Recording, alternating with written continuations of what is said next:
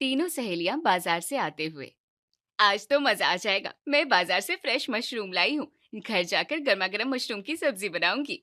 सच में यार, मशरूम तो मुझे भी बहुत पसंद है, लेकिन मेरे घर में कोई खाता ही नहीं है। बनाऊं तो किसके लिए बनाऊं? तेरे घर में तो वैसे भी खाने के नखरे कुछ ज्यादा ही हैं रेणुका। वो तो है, सब अपनी अपनी फरमाइशें लेकर बैठ जाते हैं। गृहस्थी में ये सब तो झेलना ही पड़ता है बहन। वो तो है। वैसे रीना, तू इतनी चुप क्यों है? कुछ बोल क्यों नहीं रही? तू आज रात को क्या बनाएगी? यार, मैं तो रोज यही सोचती हूँ कि आज कौन सी सब्जी बनाऊं। कुछ समझ में ही नहीं आता। इसमें इतना सोचना क्या है, जो मन करे बना ले। कहना आसान है कविता। मेरे घर में किसी को कुछ पसंद है तो किसी को कुछ और। सब अपनी अपनी मर्जी के मालिक हैं। बात तो सही है, सुबह से शाम तक बस एक यही चिंता जान खा जाती है कि आज कौन सी सब्जी बनाऊं। अरे तो कुछ साधारण सी दाल रोटी ही बना लिया कर। नहीं यार, सादा खाना खाकर तो सबका मुंह बन जाता है। वो परेशानी अलग है। ये तो हर घर की कहानी है बहन। चल, तेरा घर आ गया। अब घर जाकर सोच कि आज कौन सी सब्जी बनाऊं। रीना सब्जी का थैला लेकर अपने घर में आ जाती है। हॉल में उसके सास ससुर सोफे पर बैठे उसे देखते हुए कहते हैं, आ गई बेटी सब्जी लेकर। बहुत देर लगा दी बाजार में। हाँ माँ जी, बाजार में आज बहुत भीड़ थी, इसलिए सब्जियां खरीदने में समय लग गया। अच्छा अच्छा, वैसे कुछ हरी सब्जियां लाई कि बस कुछ घूम कर आ गई? सब लाई हूँ माँ जी। ताजी भिंडी भी मिली है आज। अच्छा ठीक है, तो जल्दी से खाना बना ले। हाँ बहू, जल्दी से खाना बनाने की तैयारी करो, आज भूख थोड़ी जल्दी लग गई है। हाँ पिताजी, बस अभी जाती हूँ रसोई में। वैसे आज खाने में क्या बनाऊं? अरे बहू, तेरा तो रोज का यही सवाल रहता है कि आज क्या सब्जी में बनाना है। आज भिंडी लेकर आई है तो भिंडी बना ले। माँ जी, मैं भिंडी बना तो लेती, लेकिन आपको तो पता है ना कि आकाश को भिंडी बिल्कुल भी पसंद नहीं है। कुछ और बताइए। अरे बहू, यदि तुझे आकाश की पसंद से बनाना है तो उसी से पूछ ले। कब से अपने कमरे में बैठा लैपटॉप पर काम कर रहा है। ठीक है पिताजी, मैं उनसे ही पूछ लेती हूँ। रीना आकाश के कमरे में जाती है जहाँ आकाश लैपटॉप पर कुछ काम कर रहा था। रीना आकाश से पूछते हुए, सुनो जी, एक बात बताओ, आज रात के खाने में क्या बनाऊं? अरे बना लो ना कुछ भी, जो तुम्हारा मन करे।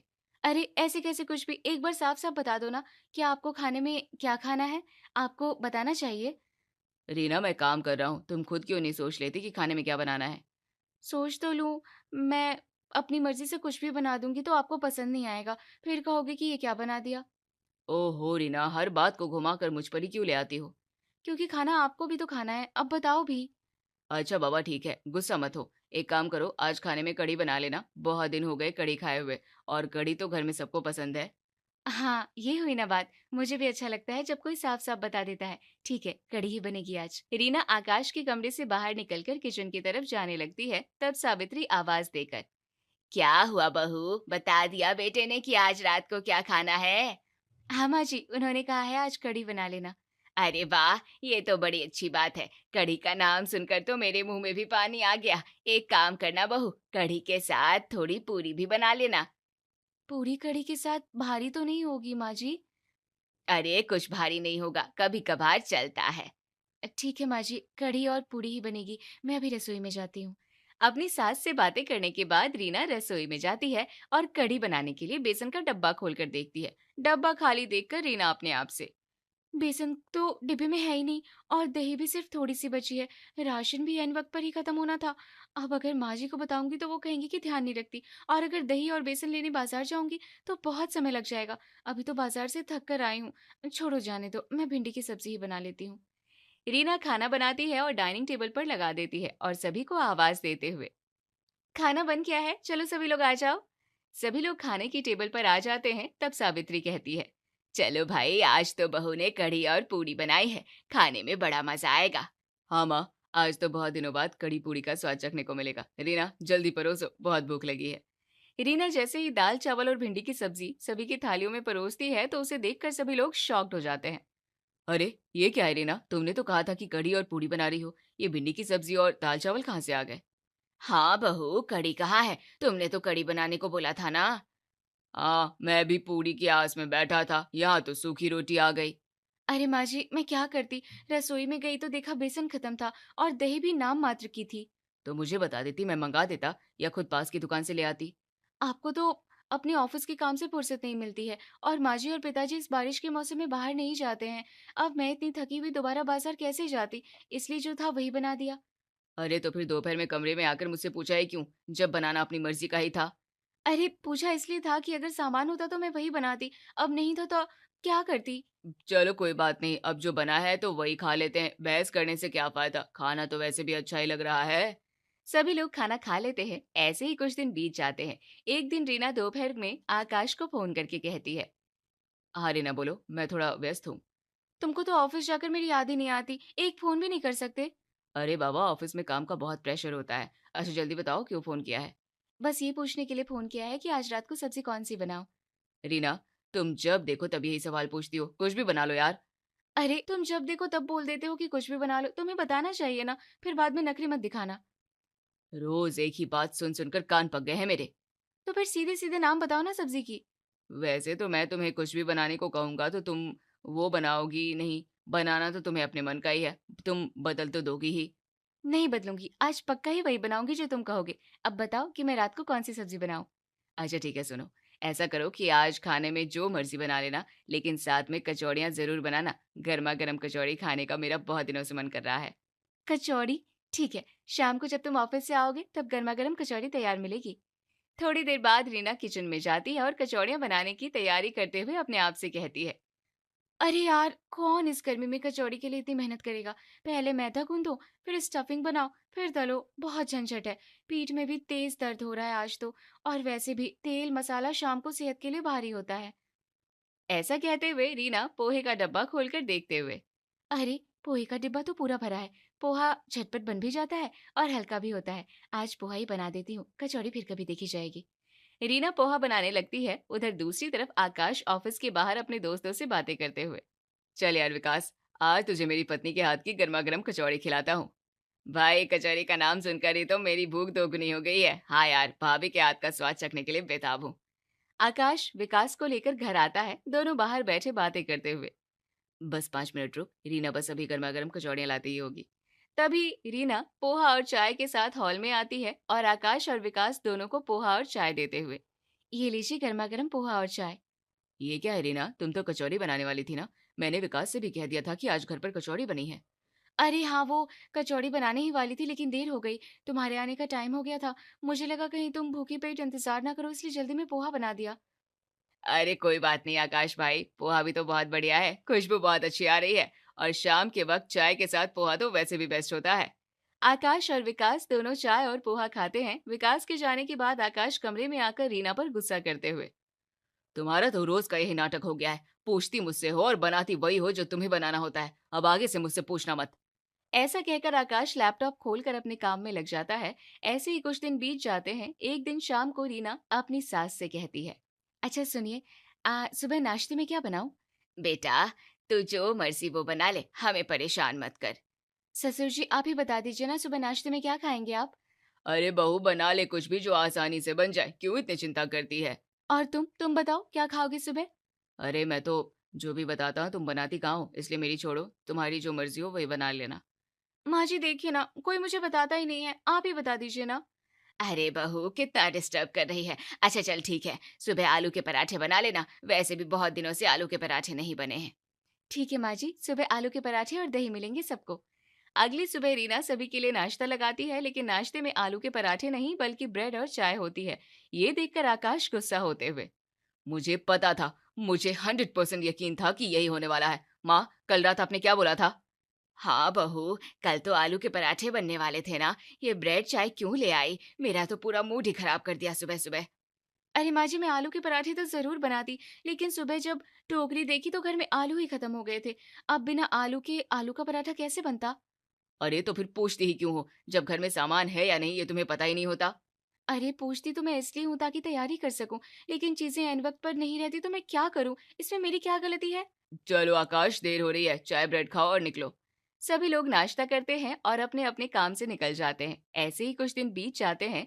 एक दिन सावित्री पार्क में बेंच पर बैठी थी, तभी उसकी सहेली कनक उसके पास आकर, अरे सावित्री कैसी है, बहुत दिनों बाद दिखाई दी पार्क में।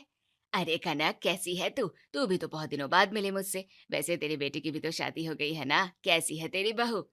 क्या बताऊं सावित्री, आजकल की बहुएं तो बहुत आराम परस्त होती हैं। बाकी काम तो ठीक ठाक ही करती हैं, लेकिन खाने में सिर्फ दाल चावल सब्जी रोटी बनाती है। कुछ अच्छा बनाकर नहीं खिलाती। वैसे तू बता, तेरी बहू कैसी है? मेरी बहू बहुत अच्छी है, बस थोड़ी सी आलसी है, अपनी मर्जी की मालिक है। चलो कोई बात नहीं। वैसे कल मेरे घर पर एक छोटा सा गेट टुगेदर है, मेरी सारी सहेलियां आ रही है, तू भी आ जाना। हाँ जरूर आऊंगी। अगले दिन सावित्री कनक के घर जाती है, जहाँ बाकी सहेलियां भी बैठी हुई थी। सावित्री सबसे मिलती है। उसके बाद कनक की बहू निर्मला नाश्ता लगाती है और नाश्ते में अलग अलग तरह की चीजें परोसती है। ये सब कुछ देखकर सावित्री कनक से कहती है, अरे वाह कनक, तेरी बहू तो बड़ी मेहनती है। घर पर इतनी सारी चीजें बनाई है उसने अकेले। अरे मेहनती वहनती कुछ नहीं है सावित्री, सब कुछ बाहर के नामी हलवाई से मंगवाया है। बस बहू ने इसे अच्छे से सजाकर परोस दिया है। अरे मम्मी जी, कम से कम बाहर से मंगाया तो है ना समय पर, भूखा तो नहीं रखा किसी को। हाँ भाई, ये बात तो बिल्कुल सही है। बाहर से मंगाओ या घर पर बनाओ, मेहमान के सामने समय पर आना जरूरी है। सभी लोग नाश्ता करते हैं। उसके बाद कनक सभी से कहती है, चलो भाई, आज तो यहाँ दावत हो गई। अब कल दोपहर को हम सब सावित्री के घर आएंगे। सावित्री, कल तेरे यहाँ महफिल जमेगी। हाँ हाँ, क्यों नहीं। आप सब कल मेरे घर सादर आमंत्रित हैं। उसके बाद सावित्री अपने घर आ जाती है। उसे देखकर रीना अपनी सास को पानी देते हुए, लीजिए माँ जी, पानी पीजिए। आ गई आप अपनी सहेलियों से मिलजुल कर, कैसा रहा? हाँ, मिलजुल कर आ भी गई और कल के लिए आफत भी मोल ले आई। मैंने उन्हें कल हमारे घर दावत पर बुलाया है। हमारे घर कल?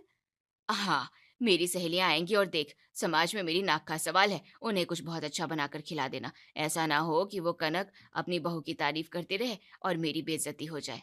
ठीक है माँ जी, आप फिक्र मत कीजिए, मैं सभी को कुछ अच्छा बनाकर खिलाऊंगी। और आपकी सहेलियां हैं तो एक तरह की चीज बनाने से काम नहीं चलेगा, 3-4 तरह की चीजें बनानी पड़ेगी। ये सुनकर सावित्री बहुत खुश हो जाती है। अगले दिन सावित्री शाम को रीना के कमरे में आकर, अरे बहू जल्दी उठ और जाकर नाश्ते की तैयारी कर ले, मेरी सहेलियां आती ही होगी। माँ जी, मैं सोच रही हूँ कि ज्यादा परेशान होने की जरूरत नहीं है, मैं बाहर से समोसे और कचौड़ी मंगा लेती हूँ, झंझट खत्म। अरे नहीं नहीं बहू, कैसी बातें कर रही है। मैं बाहर का खाना अपनी सहेलियों को नहीं खिलाऊंगी। वो कनक ताने मार मार कर मार डालेगी। तो खुद अपने हाथ से घर पर ही कुछ अच्छा बनाना। ठीक है माँ जी, आप इतना कह रही हैं तो मैं खुद ही बना लूंगी। बातें करने के बाद सावित्री चली जाती है तो रीना अपने आप से, अभी तो 3 ही बजे हैं, मम्मी जी की सहेलियां शाम को 5-6 बजे तक आएंगी। एक काम करती हूँ, थोड़ी देर लेट जाती हूँ, आराम कर लेती हूँ। शाम को उठकर फटाफट ताजा ताजा बनाऊंगी। यही सोचकर रीना सो जाती है। फिर शाम को हड़बड़ा कर उठते हुए रीना अपने आप से, अरे बाप रे, 5:30 बज गए, इतनी देर हो गई, मम्मी जी की सहेलियां भी आ गई, बाहर उनकी आवाजें आ रही है। अब मैं क्या करूं, क्या बनाऊं? किचन में तो कुछ भी तैयार नहीं है। रीना जल्दी से किचन में जाती है। इधर कनक सावित्री से, क्यों सावित्री, तेरी बहू अभी तक बाहर नहीं आई हमसे मिलने? रसोई में ही लगी है क्या? हाँ कनक, मेरी बहू तो बहुत संस्कारी और मेहनती है। मैंने उससे कहा भी था कि बाजार से कुछ मंगा ले, लेकिन उसने साफ मना कर दिया। बोला कि माँ जी, आपकी सहेलियां हैं, मैं अपने हाथ से खुद बनाकर खिलाऊंगी। अरे वाह सावित्री, तू तो बड़ी खुशनसीब है। आजकल ऐसी बहुएं कहाँ मिलती हैं। तभी रीना चाय और बिस्किट लेकर हॉल में आती है और टेबल पर चाय बिस्किट रखते हुए, नमस्ते आंटी जी, लीजिए चाय और बिस्कुट खाइए। ये क्या है बहू, चाय और बिस्कुट? तू तो बोल रही थी कि तू घर पर समोसे बनाएगी, कचौड़ियाँ बनाएगी, ये क्या उठा लाई? अरे वो माँ जी, एक्चुअली मैं थोड़ी देर के लिए कमरे में आराम करने गई थी और मेरी आंख लग गई। मुझे समय का अंदाजा ही नहीं रहा और जब मैं उठी तो आंटी लोग आ चुकी थी। अब इतनी जल्दी कुछ बन नहीं सकता था, इसलिए मैंने चाय बिस्कुट दे दिए। रीना ऐसा कहकर अपने कमरे में चली जाती है। तब कनक, सावित्री, तू तो बड़ी बड़ी डींगे हाँक रही थी कि मेरी बहू तो ये बनाती है, वो बनाती है, ऐसे खिलाती है, वैसे खिलाती है। तेरी बहू ने तो हमें सीधे चाय और पार्ले जी बिस्कुट लाकर पकड़ा दिया। इससे अच्छी तो मेरी और कनक की बहू है। कम से कम बाहर से मंगा कर ही सही लाज तो रख लेती है। भूखे पेट बिस्कुट तो नहीं चबाने पड़ते मेहमानों को। हे भगवान, ये लड़की कभी नहीं सुधरेगी। मेरी नाक कटवा दी इसने आज। ऐसे ही कुछ दिन और बीत जाते हैं। एक दिन रीना अपनी सास से, माँ जी, आज शाम को मेरा कुछ बहुत अच्छा खाने का मन कर रहा है, आप बताइए ना सब्जी कौन सी बनाऊं आज? तू अपने हिसाब से बना ले बहू, तुझे तो वैसे भी किसी की सुननी नहीं होती। जो मर्जी आए वो बना, मुझसे मत पूछ। ससुर जी, आप ही बता दीजिए। अरे बहू, कुछ भी बना ले अपने हिसाब से, जो तू बनाएगी हम खा लेंगे। सुनो जी, तुम तो बता दो, रात के खाने में सब्जी कौन सी बनाऊं आज? इसे बताने का फायदा ही क्या है, ये करती तो हमेशा अपनी मर्जी की है। रीना, जो तुझे बनाना है बना ले, मुझसे मत पूछो, मेरे पास बहुत काम है। आप लोग प्लीज एक बार साफ साफ बता दीजिए ना कि रात को क्या बनाऊं। मुझे सच में कुछ समझ में नहीं आ रहा है। बिना बताए मैं रसोई में कदम नहीं रखूंगी आज। आज इसे इतना लंबा चौड़ा मेन्यू बता देती हूँ कि ये दोबारा मुझसे पूछने की हिम्मत ही ना करे। अच्छा, तुझे सच में पूछना है तो सुन। आज रात के खाने में राजमा, दाल मखनी, वेज पुलाव, गर्मा गर्म पूड़ियाँ और हाँ, मीठे में थोड़ा सूजी का हलवा भी बना लेना। अब जा और बना, दोबारा मत पूछना। माँ, आपने तो पूरी शादी का मेन्यू बता दिया। अब देखिए रात को खाने में खिचड़ी मिलेगी। ठीक है माँ जी, आपने जो कहा वही बनेगा। मैं जाती हूँ रसोई में। ऐसे ही रात हो जाती है और खाना टेबल पर रीना लगा देती है। तब सामने बैठा रमेश। वाह भाई, खुशबू तो बहुत ही लाजवाब आ रही है। ऐसा लगता है बहू ने आज रसोई में कुछ कमाल बनाया है। अरे पिताजी, आप रीना को नहीं जानते। वो सुनती सबकी है लेकिन करती सिर्फ अपने मन की है। देख लेना, खुशबू चाहे जैसी भी हो, अंदर कटोरे में कोई साधारण सी सब्जी ही होगी। सभी लोग डाइनिंग टेबल पर बैठकर खाने की कटोरी को देखते हुए, ये सब तुमने बनाया है रीना, सच में? अरे, आज तो जो जो मैंने बोला था बहू ने वो सब कुछ बना दिया। एक भी चीज नहीं छोड़ी। हाँ माँ जी, आज मेरा खुद का भी बहुत अच्छा और लजीज खाने का मन कर रहा था कुछ। और जब आपने ये सब बनाने को कहा तो मैंने सोचा कि आज सबको सरप्राइज दे ही दूं। सभी लोग इतनी सारी डिश देखकर खुश हो जाते हैं और खुश होकर खाना खाने लगते हैं। खाना खाकर रमेश, आहा, स्वाद तो बिल्कुल उंगलियां चाटने जैसा है। बहू, आज तुमने दिल जीत लिया। रीना, मान गए भाई, आज तो तुमने कमाल ही कर दिया। कचौड़ी और आलू के पराठे का सारा उधार आज चुकता हो गया। हाँ हाँ भाई साहब, आपको तो आना ही है। इससे अच्छा और मौका कब मिलेगा आपको कि एक तीर से दो निशाने लग रहे हैं। तभी तो मैं कह रहा हूँ कि आना है मतलब आना है। और हाँ, तारीख नहीं भूल जाना भाई साहब। 18 जनवरी एकदम से लॉक कर दो। बेशक पूरे परिवार के साथ आना है, वो भी पूरे 5 दिन पहले, और नहीं तो क्या। पास बैठी अनीता जी बार बार महेश जी को थमने के लिए कह रही थी, लेकिन महेश जी थे कि बिल्कुल वंदे भारत की तरफ भागते हुए चले जा रहे थे। अच्छा भाई साहब, ठीक है, मैं फोन रखता हूँ। और हाँ, 18 जनवरी बिल्कुल भी नहीं भूलना। लो जी, ये हो गई आज आगरा वाले भाई साहब से बात। अब लगाता हूँ सूरत वाली भाभी जी को फोन। हाँ, उनको कम से कम 8 दिन पहले का न्योता दे ही देना जी। आखिर ये भाभी है आपकी। अरे तुम भी ना अनीता, कितनी चिढ़ती हो मेरे घर वालों से।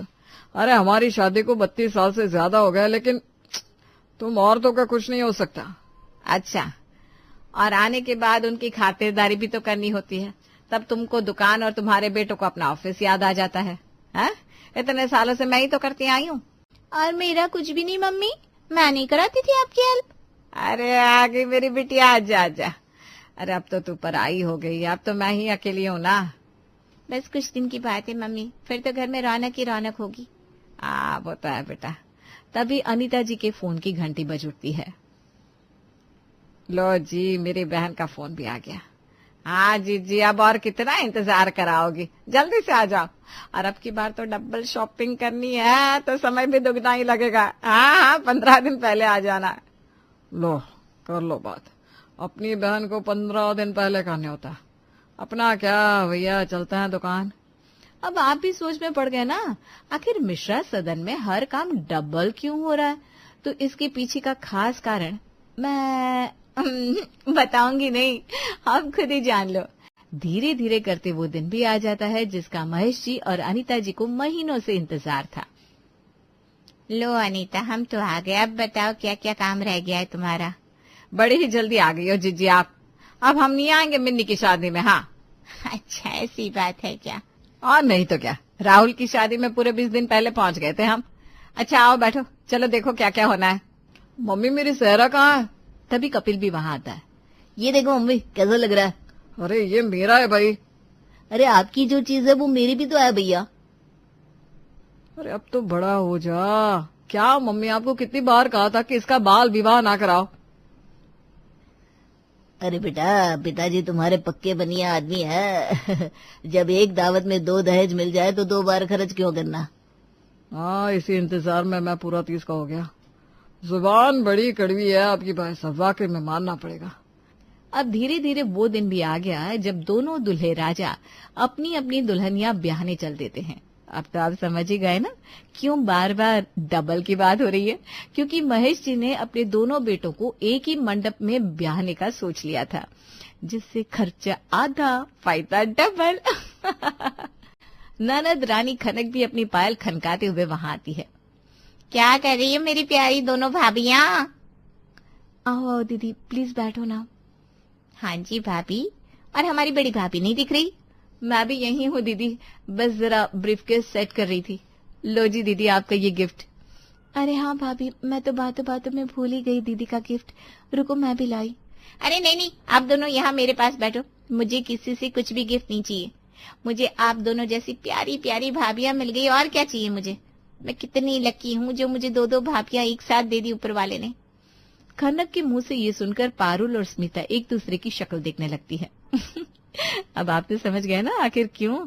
अरे भाई, सिंपल सी बात है, ननद को लेकर लोगों ने इतना हाइप जो मना रखा है, जैसे कि ननद कोई वैम्पायर हो और उसकी निगाह भाभी की हर एक चीज पर रहती है। इसी बीच में ऐसी सीधी ननद मिल जाए तो चौंकना तो बनता है। तभी खनक को उसकी प्यारी मम्मी यानी कि अनीता जी आवाज लगाती है, आई मम्मी। इतना कहकर वो वहां से चली जाती है। भाभी, हम लोग सच में बहुत लकी हैं। हाँ स्मिता, तुमने बिल्कुल सही कहा यार, मैं तो खुद ही शॉक्ड हूँ यार।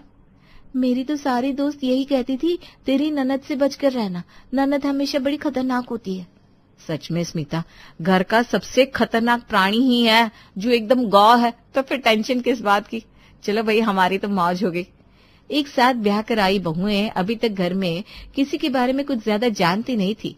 अगर जेठानी पहले आई होती तो वो देवरानी के लिए गृह युद्ध में एक सारथी की तरह काम करती। लेकिन यहाँ तो दोनों ही अज्ञानी है बस। चलिए आगे आगे देखते हैं होता है क्या। इधर शाम को स्मिता और पारुल रसोई में काम कर रही थी। स्मिता, तुम्हें पता है कि तोरई की सब्जी में यहाँ टमाटर पड़ेगा या नहीं, क्योंकि मेरे मायके में तो टमाटर डालकर बनाते हैं। मुझे कैसे पता होगा भाभी, आप मेरी जेठानी है, मैं पीछे पीछे आप आगे आगे। अच्छा बच्ची, ये बात है। चलो कोई ना, मैं जरा मम्मी जी से पूछ कर आती हूँ, क्योंकि तोरई लौकी टिंडे हर जगह लोग अपने अपने तरीके से बनाते हैं और मैं पहले ही दिन कोई कांड नहीं करना चाहती। मायके में जो कर रखे हैं। पारुल अपनी सास के कमरे की ओर रुख करती है और तभी वहां से कुछ आवाजें आ रही थी, जिसे सुनकर पारुल रुक जाती है। मम्मी, देना है तो यही दो ना, मुझे तो यही अच्छी लग रही है, वरना नहीं चाहिए। अरे खनक बेटा, तुझे बताया तो ये तेरी बड़ी भाभी की है, ऐसा कैसे तुझे दे दो। पलट कर जाती हुई पारुल अपना नाम सुनकर रुक गई। मम्मी जी, अगर बुरा ना मानो तो मैं अंदर आ जाऊं? अरे अरे भाभी जी, ऐसी क्या बात है, आप ही का घर है। अब मैं तो 5 साल पहले ही पढ़ाई हो गई हूँ। वो मम्मी जी, मैं ना तोरई की सब्जी पूछने आई थी, लेकिन आप दीदी से कुछ मेरे बारे में कह रही थी। नहीं नहीं भाभी, कोई बात नहीं है। नहीं, लेकिन मैंने सुन लिया आपको कुछ पसंद आया है जो मम्मी जी ने मेरे लिए लिया है शायद। हाँ पारुल बेटा, अब तू इस घर की बहू है, अब तुझसे क्या ही छिपाना। ये तेरे लिए एक अंगूठी ली थी जो इसे बड़ी ही पसंद आई है। अब मैं से वही समझा रही थी कि क्या मम्मी जी आप भी। अरे दीदी मेरी इकलौती ननद है और ऐसी ननद आज के टाइम में चिराग लेकर ढूंढने से भी नहीं मिलेगी। आप ये प्लीज दीदी को दे दो। तभी स्मिता भी पीछे से आती है। भाभी अब कहाँ रह गई, वो कढ़ाई में तेल बहुत तेज गर्म हो गया तो मैं बंद करके आ गई। चलो सब्जी बनानी है ना। अरे मैं तो भूल ही गई। स्मिता तुम गैस बंद करके आई ना, ये सही किया। तुम्हें देखो, ये दीदी मेरी बात ही नहीं सुन रही है, शायद तुम्हारी बात मान ले। क्या हुआ दीदी, क्या कह रही है भाभी? अरे कुछ भी नहीं भाभी, आप दोनों भी ना। अरे अब ये तो बताएंगी नहीं। बात यह है कि इनको पसंद आई है मेरी ये रिंग जो मम्मी जी ने मेरे लिए ली थी, और अब ये मना कर रही है और मैं इनको दे रही हूँ। वैसे मुझे पसंद तो छोटी भाभी के इयररिंग्स भी आए थे, लेकिन मुझे किसी से कुछ नहीं लेना, प्लीज आप लोग जिद ना करो। अब लगता है आप लोग धीरे धीरे समझ गए होंगे ना। फिर क्या, बस दोनों भाभियां जबरदस्ती अपनी प्यारी सी भोली सी सीधी सी ननद को रिंग और इयररिंग्स देकर ही मानती हैं। हाँ, आप दोनों कितने अच्छे हो सच में। अरे हमसे अच्छी तो आप हैं। अरे हमसे अच्छी तो आप हैं। इतना कहकर खनक दोनों भाभियों को गले लगा लेती है और ननद रानी एक तीर से 2 निशाने मार देती है। कुछ ही दिनों बाद सब लोग डिनर पर जाने की तैयारी कर रहे थे। अरे अब तुम लोग भी ना हर जगह जाने में लेट कर देते हो। बेटा कपिल, सौरभ, जल्दी से रेडी हो जाओ। तभी पारुल और स्मिता भी रेडी होकर वहां आते हैं। देखिए मम्मी जी कैसी लग रही हूँ। और मैं भी मम्मी जी।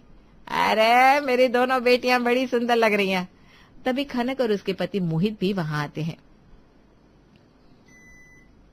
चलिए चलिए, सब रेडी हो गए ना? देखो दामाद जी भी आ गए और मेरी बिटिया रानी खनक भी।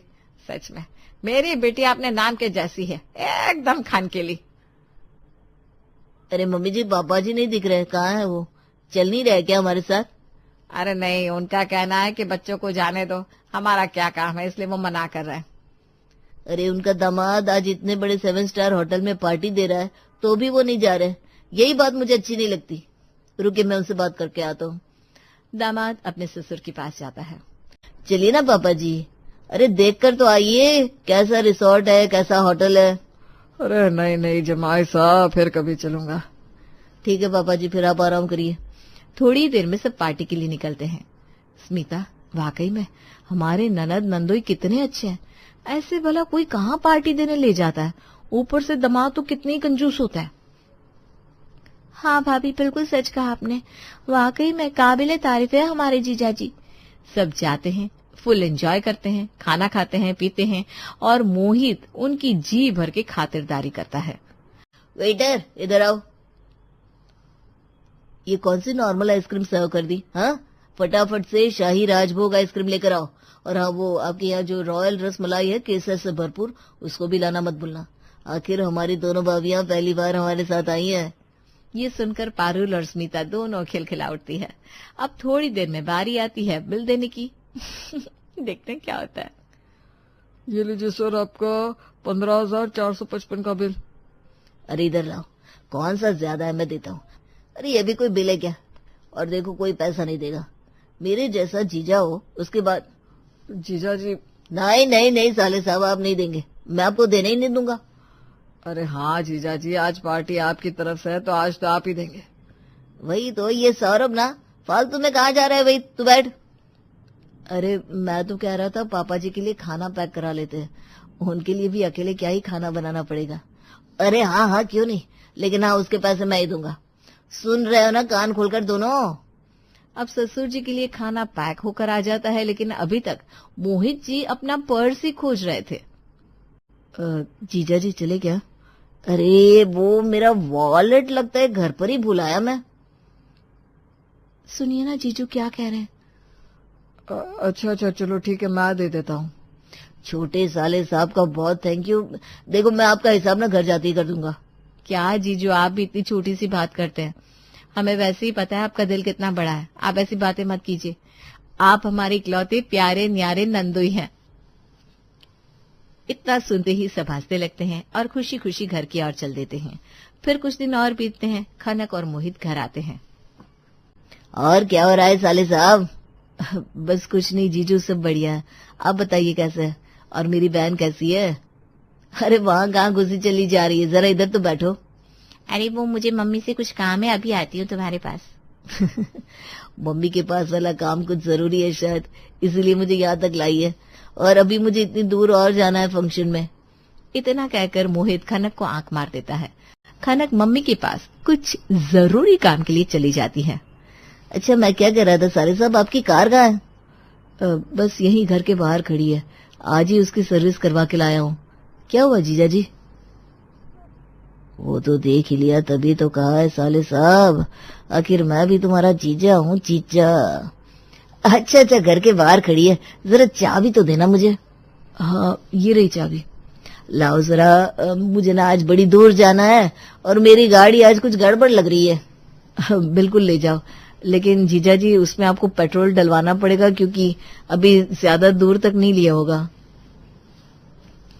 अरे ये भी कोई कहने वाली बात है भला, मैं टंकी फुल करवा के रख दूंगा, तुम चिंता क्यों करते हो सौरभ बाबू। अब दामाद और बिटिया रानी गाड़ी लेकर निकल जाते हैं और अगले दिन तक देने भी नहीं आते। और जब गाड़ी की जरूरत पड़ती है, भैया अपनी गाड़ी कहाँ है, मुझे कहीं दिख नहीं रही है, पापा को डॉक्टर के पास लेकर जाना है। अरे जीजा जी गाड़ी देने आए ही नहीं, कल मैं तो भूल ही गया। शिट, अब पापा को लेकर भी जाना है, आज उनका अपॉइंटमेंट है, मैं कैसे भूल गया। रुको फोन घुमाता हूँ। सौरभ मोहित को फोन लगाता है। हेलो जीजा जी। हाँ सौरभ, क्या हुआ, इतनी सुबह सुबह याद किया? अरे जीजा जी, मुझे तारे नजर आ रहे हैं दिन में, आप उठो जल्दी, 12 बज गए, आप कार देने नहीं आए, पापा को डॉक्टर के पास लेकर जाना है, उनका अपॉइंटमेंट है। अच्छा अच्छा, लेकिन सौरभ मैं बताना भूल गया, वो कार ना मैंने पार्टी के पास वाले एक पार्किंग में खड़ी कर दी है। अरे क्यों जीजा जी? अरे उसका पेट्रोल खत्म हो गया तो वहीं खड़ी करनी पड़ी, और लौटते में फ्रेंड्स मिल गए तो उनके साथ निकल आया।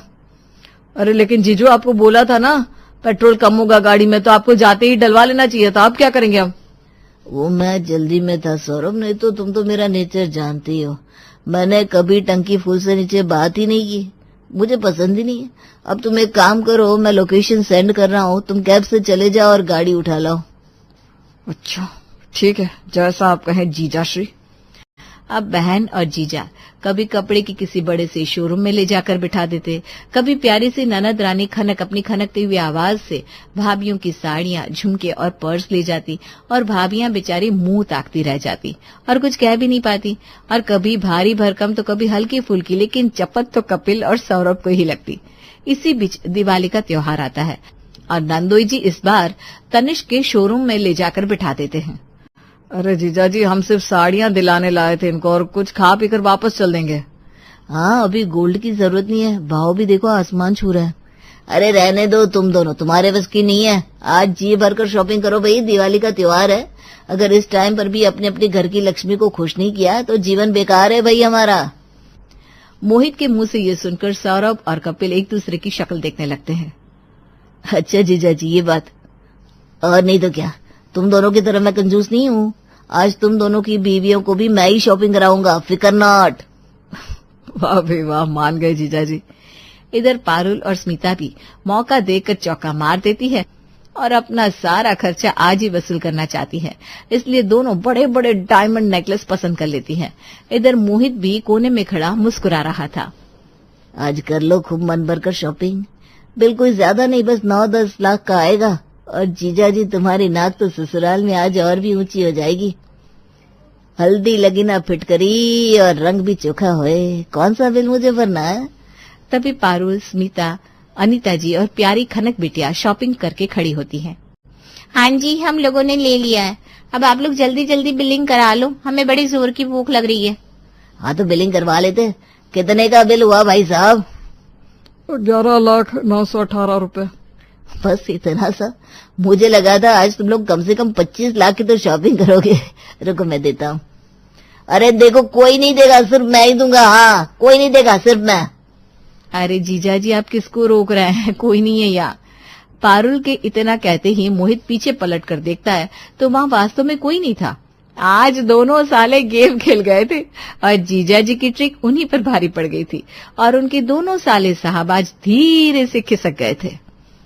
अच्छा, कोई नहीं, वो शायद मेरे कान बज रहे होंगे। मुझे ऐसा लगा कोई कह रहा है मैं देता हूँ। जी जी, वो हमेशा की तरह ना। इतना कहकर स्मिता और पारुल एक दूसरे को आंख मारती है और हंसने लगती है। अब मोहित को ही वो पूरे 11,918 रुपए देने पड़ते हैं।